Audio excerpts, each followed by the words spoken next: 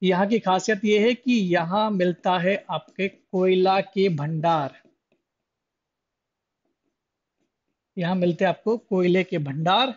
और कोयले के भंडार मिलेंगे तो भारत में 98% जो कोयला है वो गोंडवाना भूमि से मिलता है। कोयले की प्राप्ति गोंडवाना भूमि से होती है। 98% कोयले की प्राप्ति गोंडवाना लैंड से ही होती है, यानी गोंडवाना प्रकार की चट्टानों से ही होती है। मैं आपको बता दूं कि वैसे तो अलग अलग प्रकार के कोयले होते हैं। सबसे अच्छा जो कोयला होता है उसको हम लोग बोलते हैं एंथ्रासाइट। सबसे अच्छा प्रकार का, जो सबसे उत्तम किस्म का, 80% से भी ज्यादा इसमें कार्बन की मात्रा होती है। ये स्मोक फ्री रहता है, इसमें धुआं नहीं होता है। तो ये एंथ्रासाइट है। जबकि भारत में जो कोयला मिलता है वो दूसरे प्रकार का मिलता है, उसको बोलते हैं हम लोग बिटुमिनस।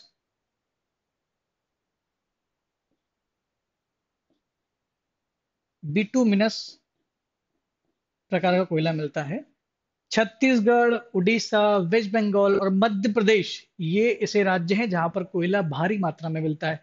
फिर भी जितना कोयला हमारे यहाँ मिलता है उससे कहीं ज्यादा कोयला जो है ऊपर के, यानी उत्तर के जो देश हैं, जिसमें कनाडा, यूएसए, चाइना, रशिया, ये देश, इनके पास में काफी मात्रा में कोयला है। उसका एक रीजन है, वो रीजन भूगोल वाले जो टीचर हैं आपको बता सकते हैं उसके बारे में।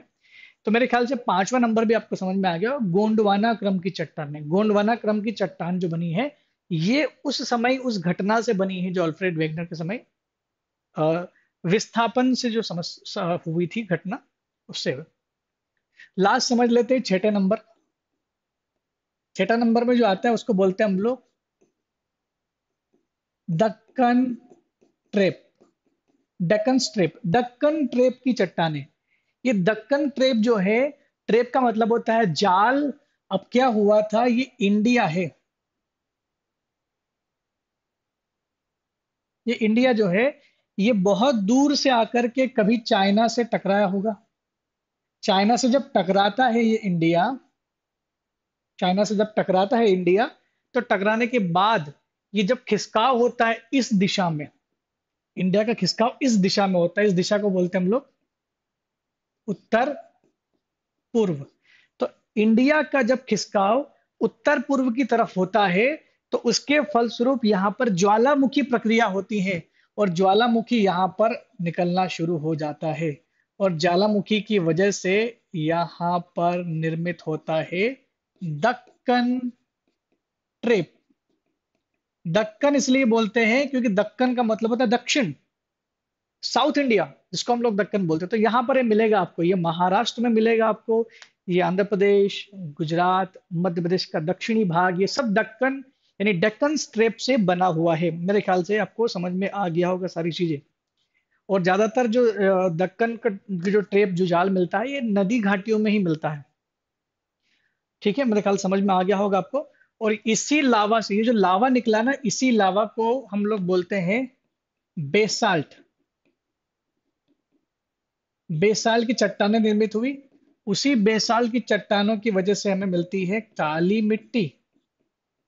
और एक काली मिट्टी आपको कहाँ कहाँ मिलती है? मध्य प्रदेश में मिलती है, बिल्कुल। ये गुजरात में मिलती है, और ये महाराष्ट्र में मिलती है। मध्य प्रदेश, गुजरात और महाराष्ट्र का वो क्षेत्र जो दक्कन ट्रेप से निर्मित है, जहां पर काली मिट्टी पाई जाती है। मैं आपको बता दूं काली मिट्टी की खासियत क्या है। काली मिट्टी में सबसे ज्यादा कॉटन का उत्पादन होता है, कॉटन के लिए सबसे अच्छी मानी जाती है, यानी कपास की खेती के लिए सबसे अच्छी मानी जाती है। इसे काली कपासी मिट्टी भी बोलते हैं, या इसे रेगुर मिट्टी भी बोलते हैं। दरारें पड़ जाती है बहुत बड़ी बड़ी इसमें। कुछ लोग जो एमपी से बिलोंग करते होंगे वो काली मिट्टी से जरूर परिचित होंगे। तो मैंने आपको कुछ चीजें बताई। मैंने आपसे बात की उन चट्टानों के बारे में जो क्रम के अनुसार आयु के हिसाब से डिवाइड की गई हैं। भारत में भी मध्य प्रदेश में इस प्रकार की चट्टानें मिलती हैं। देखिए, मध्य प्रदेश की बुकों से जो डेटा है उस तरह का है। आर्कियन की क्रम की चट्टान तो हमको समझ में आ गई होगी। आर्कियन क्रम की चट्टान तो हमने पढ़ लिया है। ये आर्कियन क्रम की चट्टान है आपकी। उसके अलावा ये आर्य समूह में ही वो धारवाड़ की ये धारवाड़ की चट्टानें दूसरी आपको मिल गई। गोंडवाना भी हमने पढ़ लिया है, और दक्कन स्ट्रेप भी हमने पढ़ लिया है। ये जो पुराना संघ है, इसी में आपको कडप्पा की चट्टानें और इसी में आपको विंध्यन क्रम की चट्टानें मिलेगी। ठीक है, तो ये इन्होंने पुराना संघ नाम दे दिया, लेकिन एक्चुअल में वो कड़प्पा की चट्टान और विंध्यन क्रम की चट्टानें ही हैं। तो हमको उस तरह से पढ़ना है, जब भूगोल का आंसर लिखेंगे तो उस तरह से लिखना है ताकि समस्या ना हो। तो देख लेते हैं ये कहाँ कहाँ कितनी कितनी है, मैं बस उसी हिसाब से पढ़ाऊंगा जहां पर मिलती है। आर्कियन क्रम की चट्टानें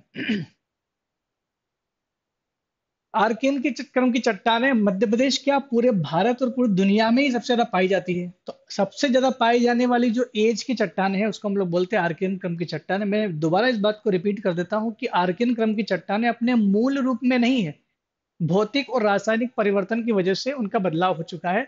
सबसे प्राचीन और आग्नेय प्राथमिक आग्नेय चट्टान, ये मैंने आपको बात बता दी थी इसलिए आपको आसान होगी समझने में। आर्कियन क्रम की चट्टानें सबसे कठोर होगी। ऑब्वियसली बात है, अगर लावा ऊपर आएगा तो उसमें कोई कोई इम्प्योरिटी मिलावट नहीं होगी, अंदर से आएगा तो कठोर तो होगी ही। और इसमें जीवाश्म के अवशेष नहीं पाए जाते हैं। जीवाश्म के अवशेष तो तब पाए जाएंगे ना जब उसमें कुछ जीव दबेगा, वो तो अंदर से मेंटल से आता है। भाई 100 किलोमीटर नीचे से कोई चीज लावा ऊपर आएगा तो उसमें किस प्रकार का जीवाश्म, जीवाश्म की अनुपस्थिति होती है। तो ये हो गई आपकी आर्कियन क्रम की चट्टानें। धारवाड़ क्रम की चट्टानों की बात की जाए तो ये सबसे प्राचीन अवसादी चट्टान है। वो तो आग्नेय चट्टान हो गई, आर्कियन क्रम की चट्टानें तो आग्नेय चट्टान हो गई, जबकि धारवाड़ की चट्टानें सबसे प्राचीनतम अवसादी चट्टानें होती है। It is the most ancient rock of Madhya Pradesh. और इन चट्टानों का नाम मैंने आपको बताया था, कर्नाटक के धारवाड़ और शिवमोगा जिला जो है वहां से इसका नाम रखा गया है। मध्य प्रदेश में कहाँ कहाँ मिलती है? जबलपुर में मिलेगी, बालाघाट में मिलेगी और छिंदवाड़ा जिले में मिलती है। वैसे तो आंसर लिखा जाता है तो इन जिलों का नाम लिख सकते हैं आप, थोड़ा डेटा इकट्ठा करने की जरूरत है। तो मध्य प्रदेश में आपको धारवाड़ की चट्टानें 3 जिलों में मिलती हैं, और वो जिले हैं जबलपुर, बालाघाट और छिंदवाड़ा जिले में मिलती हैं। और इत्तेफाक से इनमें भी कोई अवशेष नहीं पाया जाता है। वैसे तो अवसादी चट्टानों में अवशेष पाए जाते हैं, लेकिन ये बहुत पुराने समय की बात है जब जीव का उद्गम नहीं हुआ होगा। चूंकि अवसादी चट्टानों में जीवाश्म होते हैं, ये ध्यान रखना, अवसादी चट्टानों में जीवाश्म होते हैं, लेकिन धारवाड़ की अवसादी जो चट्टान है इसमें जीवाश्म नहीं पाए जाते। क्यों नहीं पाए जाते?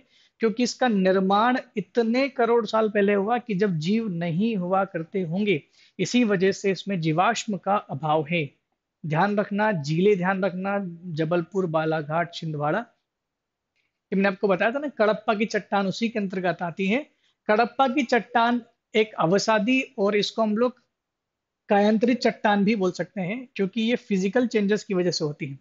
ठीक है, तो ये कायांतरित और अवसादी चट्टानें हैं जो खासकर कहाँ मिलती है? मध्य प्रदेश के पन्ना, ग्वालियर, बिजावर, ये जगह नहीं, बिजावर श्रेणी का नाम है जो मैंने अभी आपको क्लियर किया था। बिजावर श्रेणी में मिलती है कडप्पा की चट्टानें। और कडप्पा का नाम आंध्र प्रदेश के कडप्पा जिले से रखा गया है। ठीक है, इसमें अल्प मात्रा में जीवाश्म पाए जाते हैं, अल्प मात्रा में जीवाश्म मिलते हैं, कुछ मात्रा में, कुछ जीव होंगे जिसकी वजह से ये हो, जो उस समय जीवों का उद्गम हो चुका होगा इस वजह से। ठीक है, नेक्स्ट जो बात की है मैंने, जो मैं बता चुका हूं आपको, मैं आपको ऑलरेडी बता चुका हूं इसके बारे में कि ये जो कडप्पा की चट्टान है यही क्या बन जाती है आगे जाकर के? विंध्यन क्रम की चट्टान बन जाती है। कडप्पा की चट्टान का ही अवसाद क्या बनते हैं? विंध्यन क्रम की चट्टान बनती है। और यही कारण है कि मध्य प्रदेश के पन्ना की खान और कर्नाटक की गोलकुंडा की खान से जो हीरे प्राप्त होते हैं वो चट्टानें यहाँ पर मेंशन है। विंध्यन क्रम की चट्टान है। मैंने तो बहुत इजीएस्ट वे में आपको बताया था। और किताबों में चीजें कुछ इस तरह से पेचीदे लिख दी जाती है कि हम लोग कंफ्यूज हो जाते हैं कि सर ये कौन सी चट्टान है जिसमें दोनों चीज लिख दी गई है। तो बिल्कुल क्लियर है कि कडप्पा क्रम की चट्टान से ही बनती विंध्यन क्रम की चट्टान है, इसलिए उसको एक ही जगह यहाँ पर डाल दिया गया है। बात करते हैं आर्यन ग्रुप की, जिसमें आता है आपका गोंडवाना की चट्टान। वास्तव में आर्यन आर्यन ग्रुप जो है वो गोंडवाना क्रम की चट्टान ही कहा जाता है। कार्बोनीफेरस से, ये जो बात मैंने आपको बताई ये यहाँ पर मेंशन्ड है, कार्बोनीफेरस युग से लेकर के जुरासिक युग के बीच में हुआ है। और अधिकांश कोयला यहाँ पर इन्हीं चट्टानों से मिलता है भारत में। मैं आपको बता दूं कोयले के बारे में कि भारत में अगर कोयले की मात्रा देखी जाए तो हम लोग भारत की पूर्ति करते हैं, हम कोयले का आयात नहीं करते हैं, कोयले का हम लोग और निर्यात करते हैं पर आयात नहीं करते, हमारे पास प्रॉपर कोयला है। लेकिन 300 सालों तक का हमारे पास स्टोरेज है, इतना कोयला हम लोग निकाल सकते हैं, उससे ज़्यादा नहीं है, ऐसा डेटा के अकॉर्डिंग बोल रहा हूँ मैं। मध्य प्रदेश के पास काफी मात्रा में कोयला है। मध्य प्रदेश के पास कोयले की बात की जाए तो मध्य प्रदेश में सिंगरौली जो जिला है वहां पर कोयले की सबसे मोटी परत मिली, जो एशिया की सबसे मोटी परत है। ये आपने अपने एमपीजीके की बुक में या कहीं पर भी पढ़ा होगा कि मध्य प्रदेश के शहडोल हुआ, सुहागपुर हुआ, ये आपका सिंगरौली, सीधी, ये क्षेत्र में कोयला भारी मात्रा में मिलता है। देखिए, कोयला एक खनिज है, खनिज संपदा की दृष्टि से मध्य प्रदेश एक रिच स्टेट है, एक अच्छा समृद्ध राज्य है। लेकिन एक क्वेश्चन एमपीपीएससी में पूछ लिया गया था, बहुत अच्छा क्वेश्चन ये था।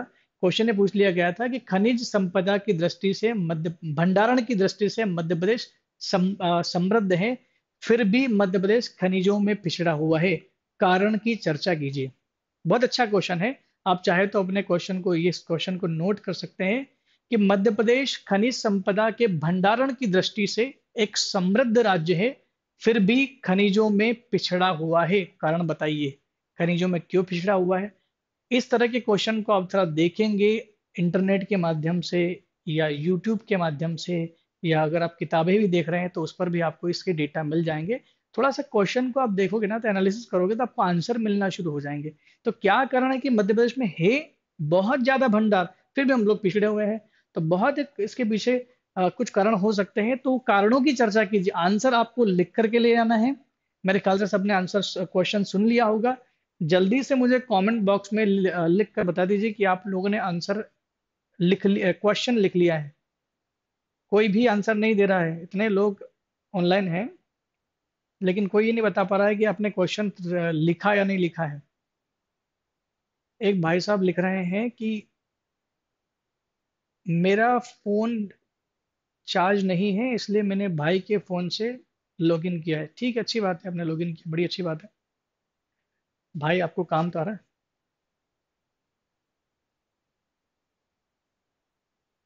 नेक्स्ट जो बात की जाती है गोंडवाना क्रम की, गोंडवाना क्रम की जो चट्टानें हैं ये मैंने बता दिया आपको। और लास्ट जो चट्टान आपकी मिलती है वो कौन सी है? वो चट्टान है दक्कन ट्रेप की चट्टान है, डेक्कन ट्रेप की चट्टान है। मेरे आंसर लिखने में कोई भी गलती नहीं होना चाहिए। दक्कन ट्रेप की चट्टानें सबसे आखिरी में बनती हैं।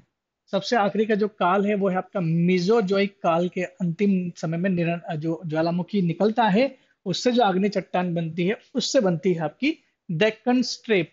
और ये दक्कन ट्रेप की वजह से जो चट्टानें हमें मिलती है वो बेसाल्टिक रॉक होती है, उसी से हमें मिलती है। ये दीर्घ काल के निक्षेपण के बाद हमें कौन सी मिट्टी मिल रही है? काली मिट्टी। ये मैंने आपको अभी बताया था थोड़ी देर पहले जब मैं पढ़ा रहा था।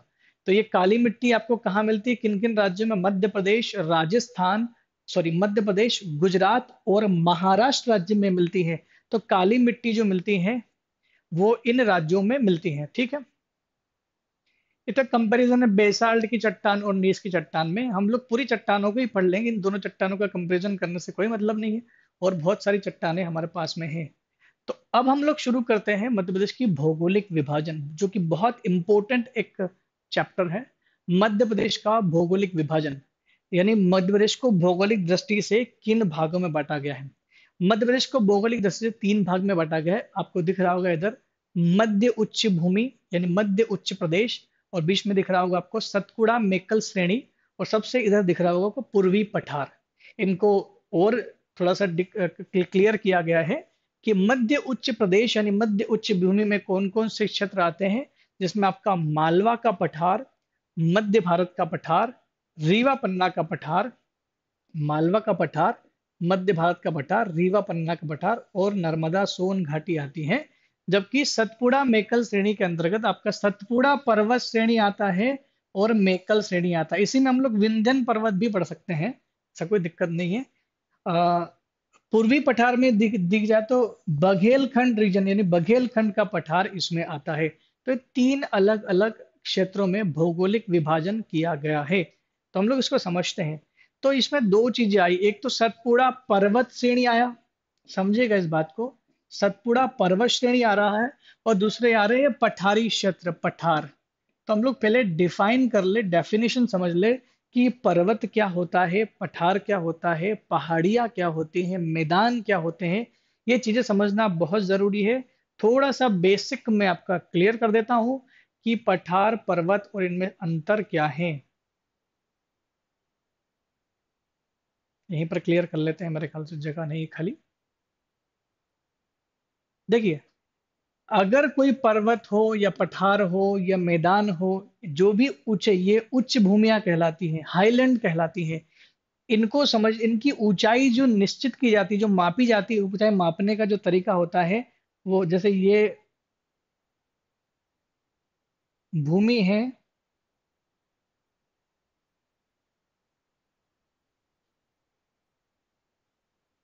और ये आपका पानी है, समुद्र है।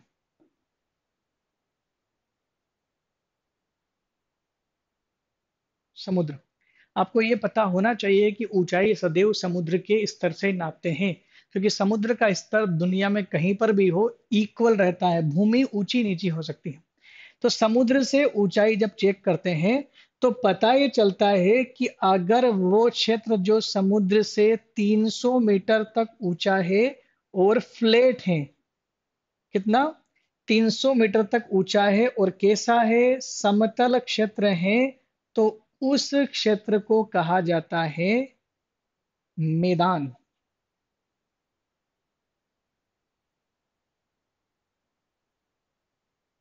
उस क्षेत्र को क्या कहा जाता है, प्लेन, मैदान कहा जाता है। और अगर कोई क्षेत्र 600 मीटर तक ऊंचा है, 600 मीटर, 600 मीटर तक ऊंचा है, तो और समतल उच्च भूमि है, समतल उच्च भूमि है, तो ऐसी भूमि को हम लोग बोलते हैं पठार। जबकि अगर 1000 मीटर ऊंचा है, 1000 मीटर ऊंचा है, और उसका शेप इस तरीके का है, तो उसको हम लोग बोलते हैं पर्वत।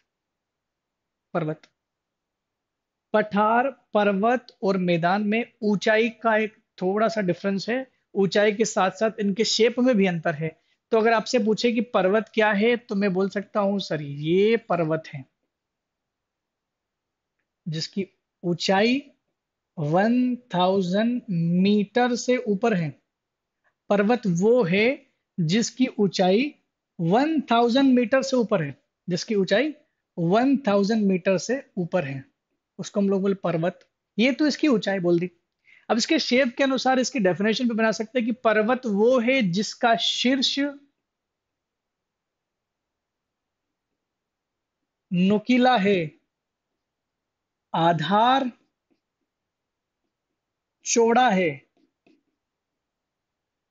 ढाल, जो ढाल है इसका वो तीव्र है। पर्वत वो है जिसका शीर्ष नुकीला है, आधार चौड़ा है और ढाल तीव्र है, और जिसकी औसत ऊंचाई 1000 मीटर से ऊपर है, उसे पर्वत कहेंगे। लेकिन कुछ शेप हमको ऐसे भी मिल जाते हैं जिनकी ऊंचाई 1000 मीटर से नीचे है, लेकिन बाकी सारी चीजें पर्वत जैसी हैं। ये नुकीला है, ये ढाल तीव्र है और आधार चौड़ा है। तो उसको क्या बोलेंगे, तो उसके लिए एक वर्ड है हिल्स, उसको बोलेंगे पहाड़ियां। उसको क्या बोलेंगे, हिल्स, उसको बोलेंगे पहाड़ियां। जो 1000 मीटर से नीचे हैं, लेकिन पर्वत जैसी दिखती है, सारी डेफिनेशन उसके अकॉर्डिंग चलती हैं, उसको फुलफिल करती है, बट उसकी हाइट नीचे, इस वजह से उसको बोलेंगे पहाड़ियां। पर्वत पहाड़ी में मेरे ख्याल से अंतर समझ में आ गया होगा। अगर मैं ऐसा बोलूं कि सतपुड़ा के हिल्स की जो है ऊंचाई है, सतपुड़ा पर्वत जो है उसकी से अ, ऊंचाई जो है वो 1350 मीटर है। धूपगढ़ चोटी सबसे ऊंची, इसका मतलब सतपुड़ा को हम लोग पर्वत बोल सकते हैं, क्योंकि उसकी औसत ऊंचाई, सॉरी, उसकी जो हाईएस्ट जो पीक है उसकी ऊंचाई कितनी है, 1000 मीटर से ज्यादा है, तो सतपुड़ा पर्वत कहलाएगा। लेकिन वहीं अगर मैं विंध्याचल की बात करूं, वैसे तो विंध्याचल को हम लोग पर्वत बोलते हैं, लेकिन विंध्याचल पर्वत के ऊपर की अगर सबसे ऊंची चोटियां अगर आपको 1000 मीटर से ऊपर नहीं दिखती है, तो वो पर्वत नहीं कहलाना चाहिए, वो पहाड़ या पहाड़ियां कहलानी चाहिए।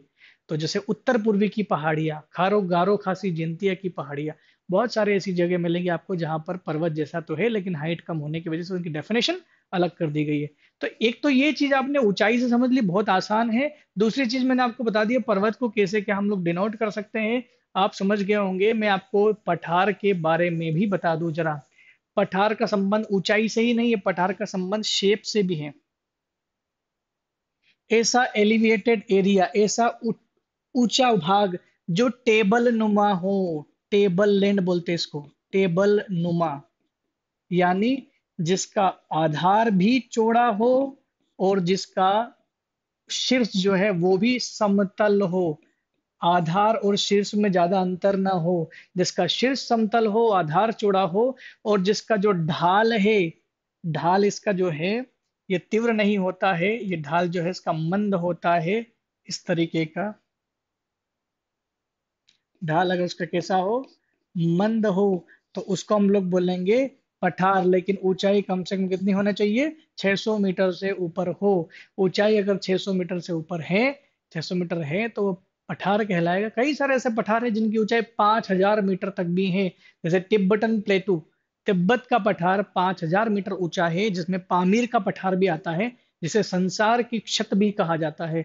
तो मेरे ख्याल से चीजें क्लियर हो गई होगी। ज्योग्राफी में ज्यादातर डेफिनेशन चित्र को देखकर ही बनाई जा सकती हैं।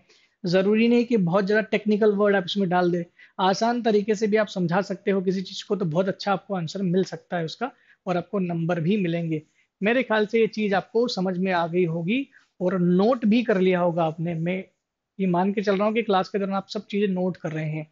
तो आइए वापस से आ जाते हैं उस मुद्दे पर जो हमने छोड़ा था, कि मध्य प्रदेश का भौगोलिक विभाजन। एक एक करके इन सब चीजों को पढ़ने की कोशिश करते हैं। मध्य प्रदेश के भौगोलिक विभाजन में सबसे पहले आता है मालवा का पठार। पहले हम लोग थोड़ा मैप में हर एक चीज देख लेते हैं। सबसे पहले मैंने बोला मालवा का पठार, ये मालवा का पठार, ये मालवा का पठार पूरा मालवा रीजन में, ये जो ब्लू वाला एरिया दिख रहा है आपको, पूरा मालवा रीजन में दिख रहा है। और मालवा के ही पठार के अंतर्गत विंध्याचल श्रेणी भी आती है, रीवा पन्ना के पठार, और इसमें भी दोनों में ये पूरा विंध्याचल श्रेणी आती है। नर्मदा सोन घाटी भी यहाँ पर दिख रही है आपको। उसके अलावा आपको दिख रहा है बघेलखंड का पठार, जिसका भी मेंशन किया गया था। बुंदेलखंड का पठार मध्य प्रदेश से बाहर हो जाता है इधर, लेकिन हल्का हल्का है ये, कुछ जिले इसमें आते हैं। बाकी मध्य भारत का पठार जो मध्य प्रदेश और राजस्थान दोनों में फैला हुआ है। ऐसा नहीं कि यहाँ कुछ नहीं है, यहाँ भी है, लेकिन वो राजस्थान में चला गया इसलिए इसको मेंशन नहीं किया गया है। ठीक है। तो रीवा पन्ना का पठार आप देख सकते हैं हरे वाले कलर में, रीवा पन्ना का पठार।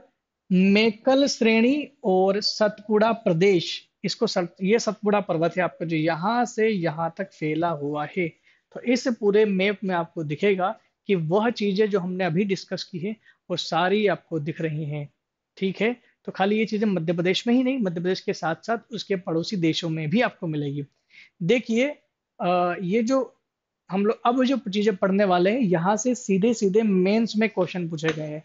यहाँ तक कि 2015 में तो यह प्रश्न भी, अब तो हालांकि 15 नंबर का प्रश्न नहीं आता है, लेकिन 2015 का अगर आप प्रीवियस ईयर मध्य प्रदेश का वो सॉरी ज्योग्राफी का लेकर के देखें, तो जो ज्योग्राफी का पेपर होता है, अगर उसको 2015, 16, 17, 18 जो पेपर हुए हैं, इन सभी पेपरों को अगर आप देखेंगे तो आपको एक चीज बड़ी कॉमन इसमें मिलेगी। कॉमन चीज ये मिलेगी कि ज्योग्राफी दे दिया है बहुत बड़ा सिलेबस, लेकिन जो प्रश्न अधिकतर पूछे गए हैं वो मध्य प्रदेश की ज्योग्राफी से पूछे गए हैं। मध्य प्रदेश की खनिज संपदा के बारे में बताइए, खनिज नीति बताइए मध्य प्रदेश में।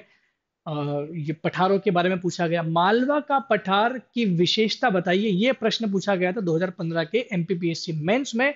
और क्वेश्चन के मार्क्स मिलने थे आपको 15।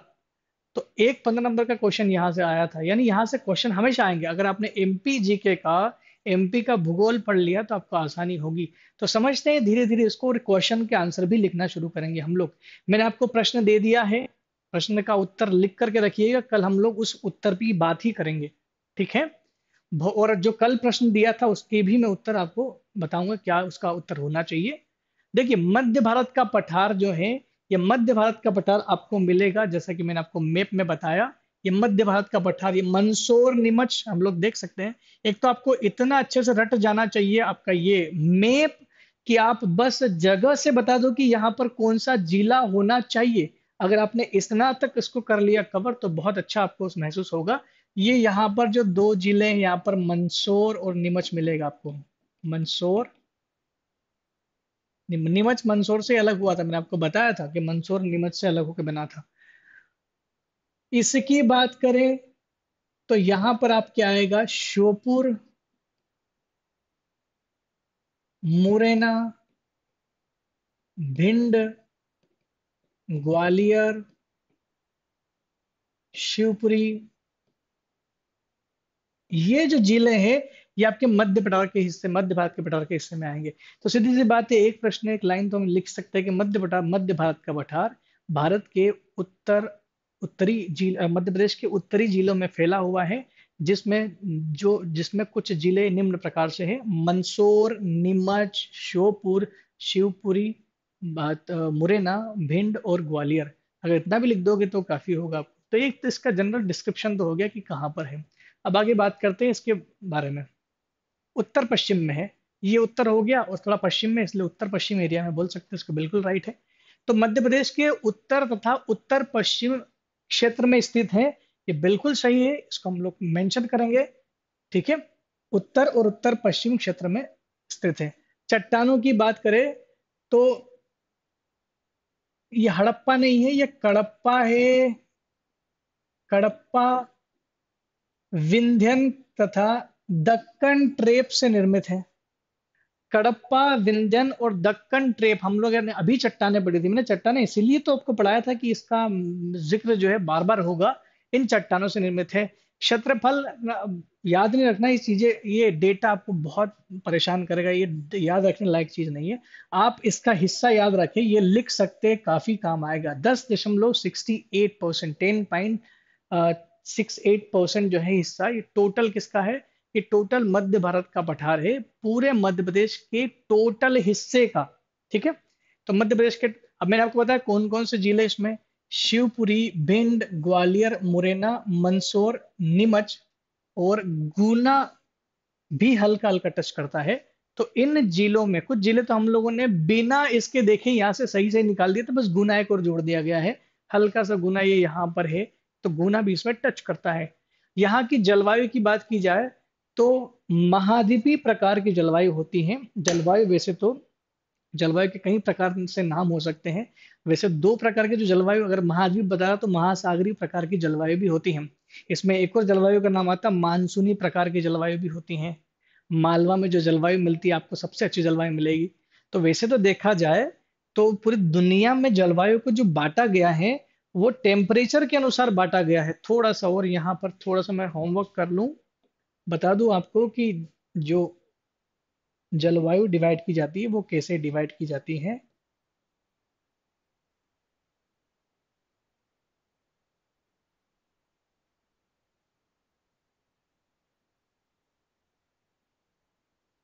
ये जो एरिया आपको मिल रहा है 0 से 30 डिग्री वाला, इसको बोलते हैं हम लोग उष्ण कटिबंध।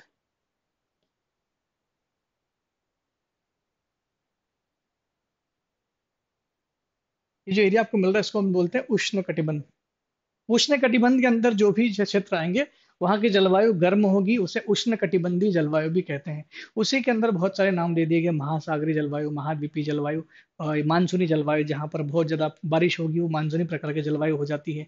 ठंड गर्म में ज्यादा अंतर नहीं होता है, मानसूनी प्रकार की जलवायु हो जाती है।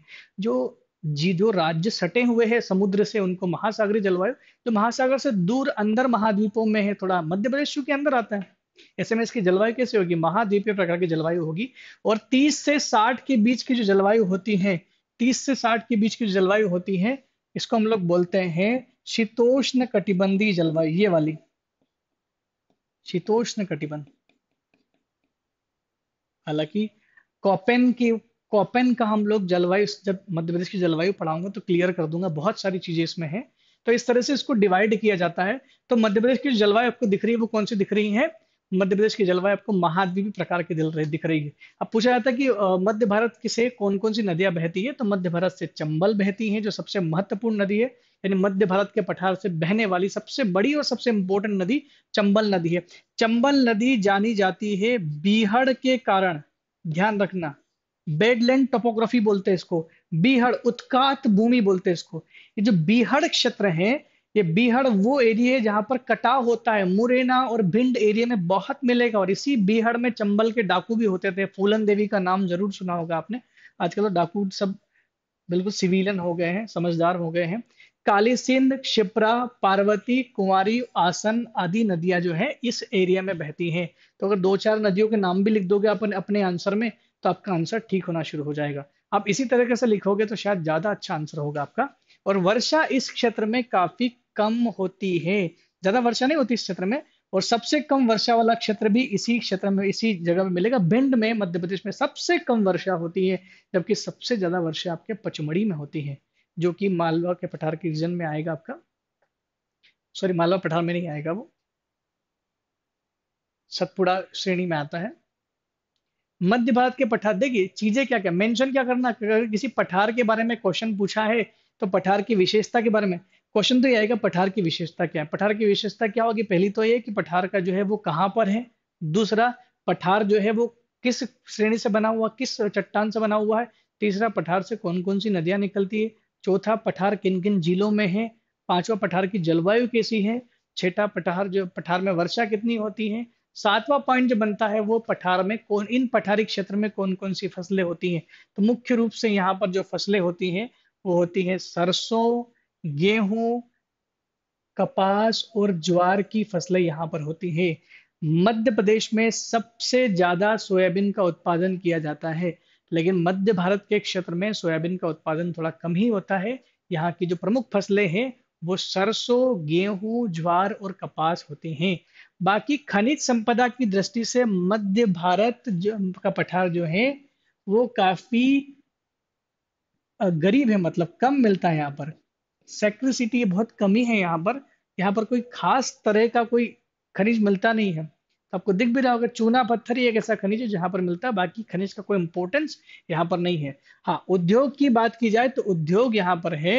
भिंड में जो सरकार का एक औद्योगिक केंद्र लगाया हुआ है जिसका नाम है मालनपुर, ये प्रश्न में आ चुका है। भिंड का औद्योगिक क्षेत्र कौन सा है। जैसे भोपाल के पास में मंडीदीप एक औद्योगिक क्षेत्र है। बड़े बड़े शहरों के पास ऐसे लगाए भी गए। इंदौर के पास जो है पीथमपुर, उसका एक क्षेत्र बनाया गया है। पीथमपुर एक अच्छा एक सेज है, स्पेशल इकोनॉमिक जोन है। सूती कपड़ा उद्योग है और ग्वालियर शक्कर के लिए, उद्योग के लिए प्रसिद्ध है। लेकिन जो सबसे मेन उद्योग इस क्षेत्र का है वो है मालनपुर।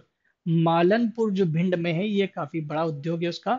उसके अलावा चीजें तो बहुत मिलती है आपको। ये शिवपुरी, बानमोर, मुरैना फर्नीचर उद्योग यहाँ पर है। दिया सलाई बनाने का कारखाना, ये एक क्वेश्चन आ सकता है कि दिया सलाई बनाने का कारखाना कहाँ पर है। ये आपका ग्वालियर में मिलेगा। तो ऐसे आप उत्तर लिख सकते हैं। इन पॉइंट को अगर आपने पॉइंट आउट कर दिया, नोट डाउन कर लिया, तो ये आपका उत्तर लिखने में काफी आसानी आपको होगी। और बात, विश्वास कीजिए इस बात का कि एमपीपीएससी के मेंस में, एमपीपीएससी का जो जो ज्योग्राफी वाला पेपर होता है उसमें ये काफी आता है। दो पॉइंट और लिख सकते हैं उसमें, दो तीन पॉइंट और। एक तो ये कि पर्यटन की दृष्टि से क्या ये पठार महत्वपूर्ण है। तो पर्यटन की दृष्टि से भी पठार महत्वपूर्ण है। देखिए, अगर किसी चीज का महत्व पूछा तो इसका मतलब उससे फायदा क्या क्या हो सकता है। महत्व मतलब अगर मैं आपसे बोलूं कि हिमालय का महत्व बताइए, तो आप बोलोगे सर हिमालय का महत्व है कि हिमालय में चूंकि बर्फ गिरती है तो टूरिस्ट प्लेस है, उससे इनकम होती है। हिमालय में बहुत सारी जड़ी बूटियां मिलती हैं तो ऐसे में मेडिसिन की वजह से वो बहुत इंपॉर्टेंट है। हिमालय में अलग अलग प्रकार की बहुत सारी जीव जंतु स्पीसीज मिलती हैं, तो उस दृष्टि से भी ये बहुत इंपॉर्टेंट हो जाता है। उसके अलावा नदियों का बहाव वहां से बहुत ज्यादा होता है, तो नदियां बहुत सारी बहती हैं, तो नदियों का स्रोत भी हिमालय है। तो इंपॉर्टेंट वो लिखना है जिससे हमें फायदा हो। नदियां बहेगी तो ऑब्वियसली बात है खेती होगी। तो यहाँ पर भी मध्य भारत के पठार में भी वो जिले जहां पर पर्यटन है, तो पर्यटन से हमें काफी आसानी होती है। और पर्यटन में बात की जाए, माधव राष्ट्रीय उद्यान, करेरा अभ्यारण्य शिवपुरी में है ये। माधव राष्ट्रीय उद्यान, माधव राष्ट्रीय उद्यान से तो एक नेशनल हाईवे भी गुजरता है, हम लोग राष्ट्रीय उद्यान में और थोड़ा क्लियर करेंगे। ग्वालियर का दुर्ग बड़ा फेमस है। ग्वालियर के दुर्ग बड़ा फेमस है। ग्वालियर के दुर्ग को तो जो है काफी नाम दिया गया है कि ये दुर्ग है जिसको भेदा नहीं जा सकता, बड़ा सा दुर्ग था ये। ठीक है। आ, सूर्य मंदिर, महल, पालपुर कूनो राष्ट्रीय उद्यान, ये श्योपुर में अभी हाल ही में पालपुर कूनो राष्ट्रीय उद्यान को बनाया गया है। श्योपुर जो है, ये पालपुर कूनो राष्ट्रीय उद्यान चर्चा में कई बार आया। एक बार चर्चा में इसलिए आया था क्योंकि गुजरात में जो गिर के जंगल है, गिर के जंगलों से वहां के जो शेर हैं, एशियाई जो एशियन लायन होते हैं, बब्बर शेरों को यहाँ पर लाने का एक एमओयू साइन किया गया था, यानी तो एग्रीमेंट साइन किया गया था दोनों राज्यों के बीच में, लेकिन इत्तेफाक से वो नहीं हो पाया। और 2008 में सरकार ने फिर से साउथ अफ्रीका के साथ में एक एमओयू साइन किया था, जिसमें साउथ अफ्रीकन बब्बर शेरों को पालपुर कूनो राष्ट्रीय उद्यान में लाने का एक एग्रीमेंट हुआ है, लेकिन अभी तक इस पर कोई अमल नहीं हुआ है। तो फिर भी पूछा जा सकता है, यूपीएससी ने क्वेश्चन पूछ लिया था पालपुर कूनो राष्ट्रीय उद्यान के बारे में कि भारत के किस राष्ट्रीय उद्यान में गिर राष्ट्रीय उद्यान से शेरों को ले जाने का एग्रीमेंट साइन हुआ है। तो वो राष्ट्रीय उद्यान मध्य प्रदेश का है, क्योंकि मध्य प्रदेश में जब सबसे ज्यादा राष्ट्रीय उद्यान ही है। 64 योगिनी मंदिर, गुजरी महल, ये ग्वालियर में, ग्वालियर के किले में मिलेगा। तेली का मंदिर, हिंडोला द्वार, हिंडोला महल अलग है, हिंडोला द्वार अलग है, इस ध्यान रखना। ये सब चीजें घूमने फिरने लायक, ग्वालियर जाओगे तो ग्वालियर का किला आपको मिलेगा, और ग्वालियर के किले में आपको बहुत सारे मिलेंगे। वहां पर सास बहू का मंदिर, ये सास बहू का मंदिर जो है, इसका ओरिजिनल नाम सहस्त्र बाहू का मंदिर ऐसा कुछ था, बाद में इसका सास बहू नाम रख दिया गया। सास बहू का मंदिर है, शायद भगवान विष्णु का मंदिर है ये। तो ये सारी चीजें आपको इन क्षेत्र में मिलेगी जो पर्यटन की दृष्टि से इंपॉर्टेंट है। पर्यटन होगा तो obviously बात है, हमको इनकम, सोर्स ऑफ इनकम होना शुरू हो जाएगा। तो मेरे ख्याल से चीज समझ में आ गई होगी। जनजाति की बात करें तो जनजाति वाला एस्पेक्ट भी समझना है। देखिए, इन क्षेत्रों में जो जनजाति पाई जाती हैं वो है, मुख्य जनजातियां आपकी है सहरिया, और ये जो ये एक ही जनजाति पाई जाती है, सहरिया। और इसका संग्रहालय भी बना हुआ है श्योपुर में, सहरिया जनजाति का संग्रहालय श्योपुर। दो क्वेश्चन बन सकते हैं कि सहरिया जनजाति किस क्षेत्र की मुख्य जनजाति है, तो ये मध्य भारत में मिलेगी, मध्य भारत के पठार में मिलेगी। लेकिन इसका संग्रहालय के बारे में क्वेश्चन पूछा तो that is answer is Sheopur. Sheopur इसका आंसर होगा, तो ये ध्यान रखिएगा। लिख सकते हैं जनजातियों को, बाकी ये नहीं लिखना है, ये कुछ ज्यादा ज्यादा ही डीप हो गया कि उसका, उसके अंदर कौन कौन से पठार हैं, तो वो तो नहीं पूछेगा कभी, और ना ही आपको लिखना है। इतना बड़ा आंसर अगर आप लिख दोगे तो काफी आपका आंसर ठीक हो जाएगा। पर फिर से मैं आपको ये चीज बता दूं, आपको फसलें लिखना है, खनिज लिखना है, उद्योग लिखना है, क्षेत्रफल, चट्टाने, जिला, जलवायु, नदियां, ये सारी चीज मेंशन कर दोगे तो आपका आंसर सही होना शुरू हो जाएगा। नेक्स्ट बात करते हैं बुंदेलखंड का पठार। बुंदेलखंड का पठार जो है, ये आपको कहाँ मिलता है, देखते हैं इसको। जिले हम लोग खुद ही देख लेंगे, अगर आपके पास मैप है तो आप जिले देख सकते हैं, मैं बता दूं आपको। ये आपका बुंदेलखंड का पठार, ये आता है बुंदेलखंड का पठार, बुंदेलखंड का पठार। तो आप देख सकते हैं जिले कौन कौन से हैं। ये वाला जिला, इस जिले को बोलते हैं निवाड़ी, निवाड़ी जिले में है। टीकमगढ़ जिला है, टीकमगढ़ जिला है। इधर आपका मिल जाएगा मुरैना, भिंड जिला मिल जाएगा, दतिया में भी आता है। तो ये जिले जो है, पन्ना भी इधर ही आसपास जिले में आता है। तो पन्ना हो गया, टीकमगढ़, निवाड़ी, निवाड़ी हो गया, दतिया हो गया, मुरैना हो गया, भिंड हो गया, इन जिलों में बुंदेलखंड का पठार मिलता है। अब देखते हैं हम लोग मैप के हिसाब से कितना सही बिटते हैं।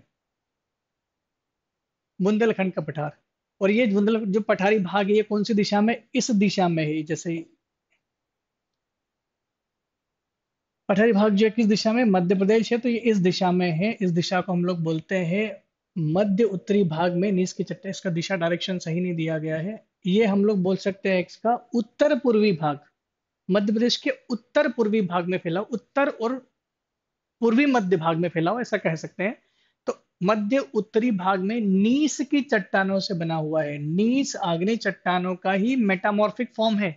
नीस जो है वो आग्नेय चट्टानों का ही कायांतरित रूप है, उन चट्टानों से मिला है। और ये चट्टानों की अपरदित सतह है, इरोजन हो गई है, कट कट के बनी हुई है। इसका भाग काफी कम है मध्य प्रदेश में, 7.70 है। कुछ भाग इसका यूपी में भी है। बहुत बड़ा रीजन है बुंदेलखंड, बुंदेलखंड बुंदेली भाषा से है, ठीक है। और बुंदेलखंड में बुंदेला राजा भी हुए, बहुत पुराना इसका इतिहास रहा है। 7.70 जो परसेंटेज का टोटल भाग मिलता है। और इसके जिले जो है, मैंने अभी आपको बताया, इसमें दतिया हम लोगों ने क्रैक कर लिया था, टीकमगढ़ सही क्रैक किया था, निवाड़ी किया था, भिंड सही किया था, ठीक है। इसमें मुरैना भी आता है, मुरैना मैप के अकॉर्डिंग चलेंगे तो मुरैना भी आएगा, शिवपुरी, ग्वालियर और छतरपुर, बहुत सारे जिले उसमें आते हैं। इन जिलों के कुछ कुछ हद तक कुछ क्षेत्र मिलते हैं। तो इसके अलावा उत्तर प्रदेश, मैंने बोला ना, उत्तर प्रदेश की भी तहसीलें शामिल हैं, तो ये भी शामिल हो सकता है। तो दतिया, छतरपुर, टीकमगढ़, निवाड़ी, ग्वालियर, शिवपुरी और भिंड, इन जिलों की कुछ तहसीलें और पूरे जिले जिले भी आते हैं। उसके अलावा उत्तर प्रदेश के भी क्षेत्र इसमें आते हैं। ठीक है, आगे बढ़ते हैं। इसकी जलवायु की अगर बात करें तो जलवायु यहाँ पर भी महाद्वीपीय प्रकार की जलवायु होती है। ठंड में ज्यादा ठंड, गर्मी में ज्यादा गर्मी, यही क्वालिटी है महाद्वीपीय प्रकार की जलवायु की। महाद्वीप प्रकार की जलवायु के बारे में अगर आपसे पूछे किस तरह की होती है, कि यहाँ पर शीतकालीन में अधिक ठंड पड़ती है, गर्मी में अधिक गर्मी पड़ती है। बारिश का कोई ऐसा संबंध नहीं है। ठीक है, बारिश की बात की जाए बुंदेलखंड के पठार में, तो एवरेज, ऑन एन एवरेज जो वर्षा होती है यहाँ पर 75 सेंटीमीटर से लेकर के 100 सेंटीमीटर तक होती है। तो वर्षा काफी कम होती है, ज्यादा ये नहीं है। 75 सेंटीमीटर से 100 सेंटीमीटर, 100 प्लस होती है तो हम मान सकते हैं कि काफी रिच एरिया हो सकता है फसलों के मामले में। तो 75 से 100 सेंटीमीटर के बीच में होती है यहाँ पर। और मिट्टी यहाँ की काली और मिश्रित लाल मिट्टी पाई जाती है। मिश्रित लाल काली मिट्टी पाई जाती है, यानी लाल मिट्टी भी मिलती है और काली मिट्टी भी, यानी मिश्रित मिट्टी भी मिलती है यहाँ पर। नदियां जो है यहाँ की, दो तीन मेन नदियां मान लीजिए, बेतवा, केन और सिंध नदियां है। दसाल का इंपॉर्टेंस इतना नहीं है, लेकिन कुछ नदियां इंपॉर्टेंट इसमें हो जाती है। फसलें यहाँ पर भी, सोयाबीन की फसल ज्यादा मात्रा में नहीं होती है। सोयाबीन तो केवल मालवा में सबसे ज्यादा होता है, और इतना बल्क में होता है कि पूरा इंडिया में टॉप चलता है। ज्वार, गेहूं, तिल और अलसी, ये फसलें यहाँ पर होती हैं। तो फसलों की भी जानकारी आप अपने आंसर में लिख सकते हैं। बुंदेलखंड के पठार के बारे में भी प्रश्न पूछा गया है। खनिज संपदा की बात की जाए तो खनिज यहाँ पर मिलता है, ग्रेनाइट पत्थर मिलता है, रॉक फॉस्फेट मिलता है। देखिए, खासियत यह है कि यहाँ पर भी खनिज संपदा के मामले में ये भी पिछड़ा हुआ, ज्यादा इसमें कुछ खास मिलता नहीं है। उद्योग की बात की जाए तो चंदेरी यहाँ का प्रमुख साड़ी उद्योग है। चंदेरी यहाँ का प्रमुख साड़ी उद्योग है जो अशोक नगर में स्थित है। चंदेरी साड़ी उद्योग अशोक नगर का जो चंदेरी है, चंदेरी की साड़ियों को वैसे भी हमारे देश में जीआई टैग मिला हुआ है और दुनिया में प्रसिद्ध है यहाँ की साड़ियाँ। बुंदेलखंड के पठार की बात करें तो उसके जो प्रसिद्ध पर्यटन स्थल हैं वो खजुराहो के टेम्पल विश्व प्रसिद्ध हैं। तो खजुराहो के टेम्पल जो कि यूनेस्को की लिस्ट में भी शामिल है, ये खजुराहो के टेम्पल आपको मिलेंगे। बाकी ओरछा में भी यहाँ पर आपको एक पर्यटन स्थल मिलेगा, रामायण संग्रहालय यहाँ पर मिलेगा आपको। तो ओरछा भी इंपॉर्टेंट है। बुंदेला संग्रहालय छतरपुर में मिलता है। पीताम्बर शक्तिपीठ जो दतिया में है, जैनियों का, यानी जैन समाज के लिए काफी इंपॉर्टेंट है ये। और एक सतखंडा महल दतिया में मिलता है, वो भी एक अच्छा पर्यटन स्थल है। हम लोग तो बाहर घूमने का ज्यादा समझ सोचते हैं, लेकिन मध्य प्रदेश में भी काफी सारी चीजें ऐसी हैं जहां आसानी से घूमा जा सकता है। काफी सारी चीजें, जगह ऐसी है जहां पर हम आसानी से घूम सकते हैं। जौहर कुंड, खूनी दरवाजा, ये भी काफी प्रसिद्ध जगह पर है इस क्षेत्र की। तो ये जगहों के नाम कई बार पूछ लिए जाते हैं और पर्यटन की दृष्टि से काफी अच्छा जगह है बुंदेलखंड। ये जो फोटो दिया गया है, ये खजुराहो के मंदिर का है। मंदिरों की बात हम लोग एक क्लास में जरूर करेंगे आगे, पर्यटन की बात भी करेंगे, और मंदिर में भी कौन कौन से मंदिर किस किस राजा ने कब कब बनवाए थे वो भी बहुत महत्वपूर्ण है, इसलिए उसको भी हम लोग पढ़ेंगे। ये 15 नंबर में क्वेश्चन पूछा गया था। नेक्स्ट जो क्वेश्चन, सबसे इंपॉर्टेंट क्वेश्चन पूछा गया था, मालवा के पठार का महत्व बताइए या उसका विभाजन बताइए या उसके बारे में टिप्पणी कीजिए। टिप्पणी करना है, अगर शब्द लिख दिया कि टिप्पणी करना है तो जो भी जानते हो मालवा के पठार के बारे में सब कुछ लिखना है, सारी अच्छी अच्छी बातें लिख देनी है। तो मालवा के पठार की स्थिति की हम लोग बात करें तो ये आपका मालवा का पठार है जो दिखा हुआ है आपको मैप में।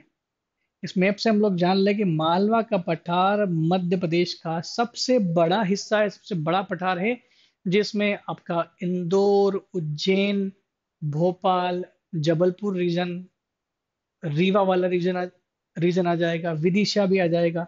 ये बहुत बड़ा रीजन, सीहोर, ये सब मालवा के पठार में आता है। और जरूरी नहीं कि यहाँ पर एक ही भाषा बोली जाए, लेकिन मालवा का पठार का जो उद्गम हुआ है, जो बना है, ये डेक्कन स्ट्रेप के समय पे जो लावा निकला था, उस लावा की वजह से ये मालवा का पठार बनता है। और ज्वालामुखी उद्गार की वजह से ही ये बनता है। और कर्क रेखा इस पठार को बिल्कुल बीच में से काटती है।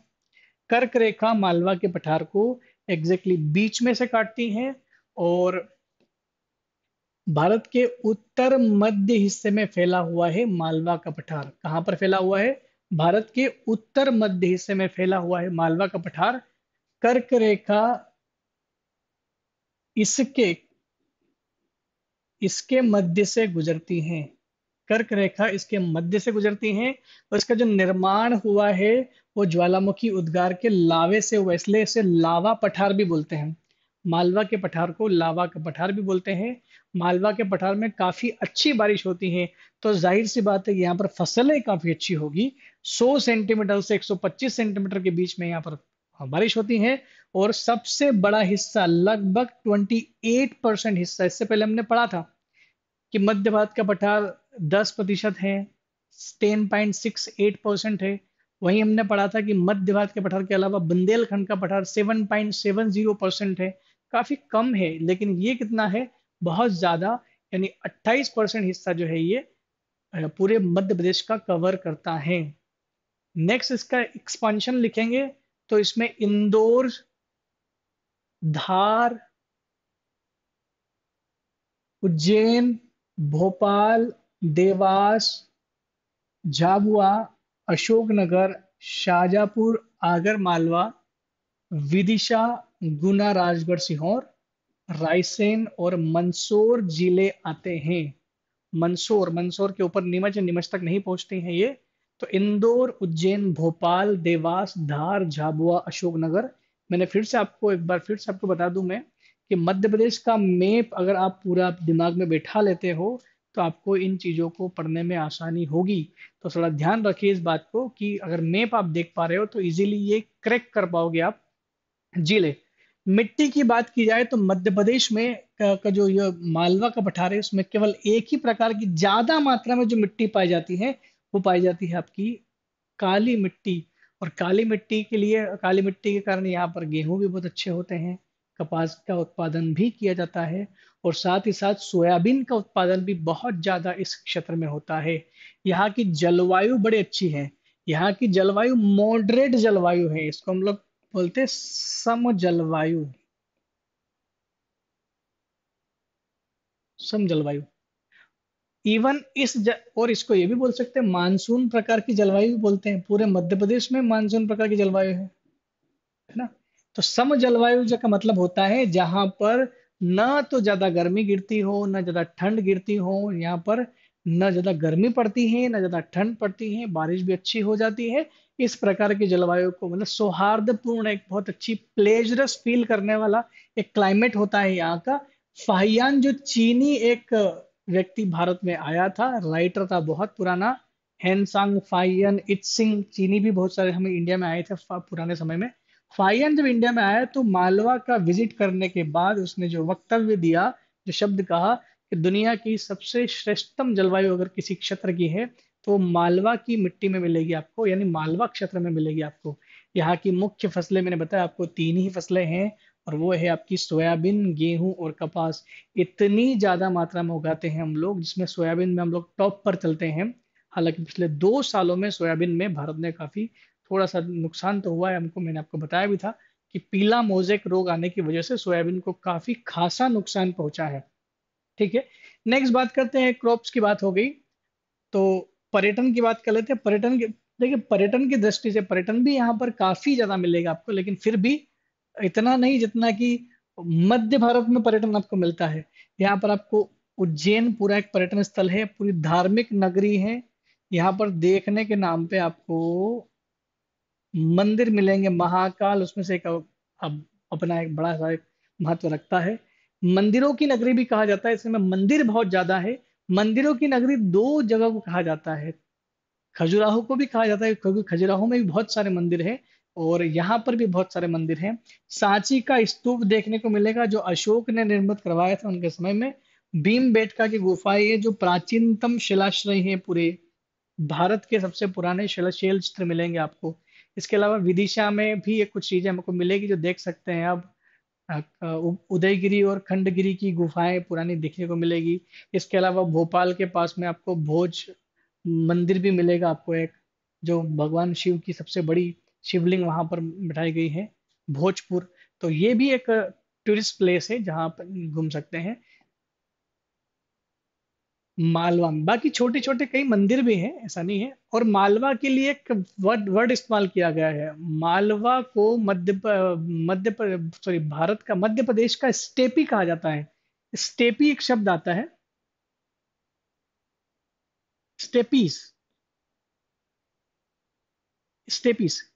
ये यूरोप में चलता है।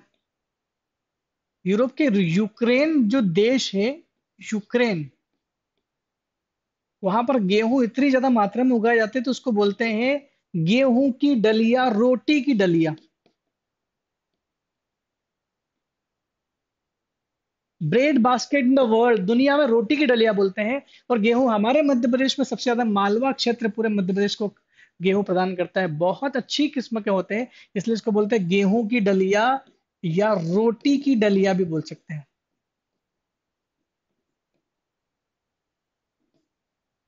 तो ये मध्य प्रदेश के मालवा को ये खिताब भी हासिल है। मध्य प्रदेश से रिलेटेड चीजें आप लिख सकते हैं। मालवा के पठार को समझने में आपको कोई समस्या उत्पन्न नहीं होगी। बाकी जो पठारी क्षेत्र बचे हुए हैं, इनकी चर्चा भी हम लोग करेंगे नेक्स्ट क्लास में। आज की क्लास में हम लोग इतनी ही बात करेंगे, मेरे ख्याल से अगर ज़्यादा पढ़ेंगे तो बहुत ज़्यादा हो जाएगा। आज की क्लास में हम लोगों ने बहुत अच्छी चर्चाएं की, जिसमें पठारी और पठारी भाग शामिल है, जिसमें अभी हम लोग पठारी किए हैं, पर्वत भी पढ़ेंगे। पठार में हमने मध्य भारत का पठार पढ़ लिया, बुंदेलखंड का पठार पढ़ लिया, मालवा का पठार पढ़ लिया। इन तीन पठारों के बारे में हमने बात की। अब बात आती है कि पठार का महत्व बताइए, यानी मालवा के पठार का महत्व बताइए। क्वेश्चन लिख सकते हैं, आराम से इसका आंसर आ जाएगा। मध्य भारत के पठार बताइए। या क्वेश्चन ये पूछ लेगा कि पर्यटन की दृष्टि से मालवा का पठार किस प्रकार महत्वपूर्ण है। पर्यटन की दृष्टि से पूछेगा तो मध्य भारत के मालवा के पठार में जो पर्यटन क्षेत्र है उनको आपको लिखना पड़ेगा। क्वेश्चन कुछ भी बनाया जा सकता है। मध्य प्रदेश का मध्य भारत का पठार पर्यटन की दृष्टि से काफी समृद्ध क्षेत्र है, समझाइए। मध्य भारत का पठार पर्यटन की दृष्टि से समृद्ध क्षेत्र है, बताइए। तो आपको खजुराहो के टेम्पल वगैरह बताने पड़ेंगे, वहां पर जो भी आपको मिलेगा बहुत सारी चीजें वो आप बता सकते हैं। तो मेरे ख्याल से ये चीजें जो हैं, क्वेश्चन जो आपको समझ में आ रहे होंगे, तो आप एमपी को खाली अब ध्यान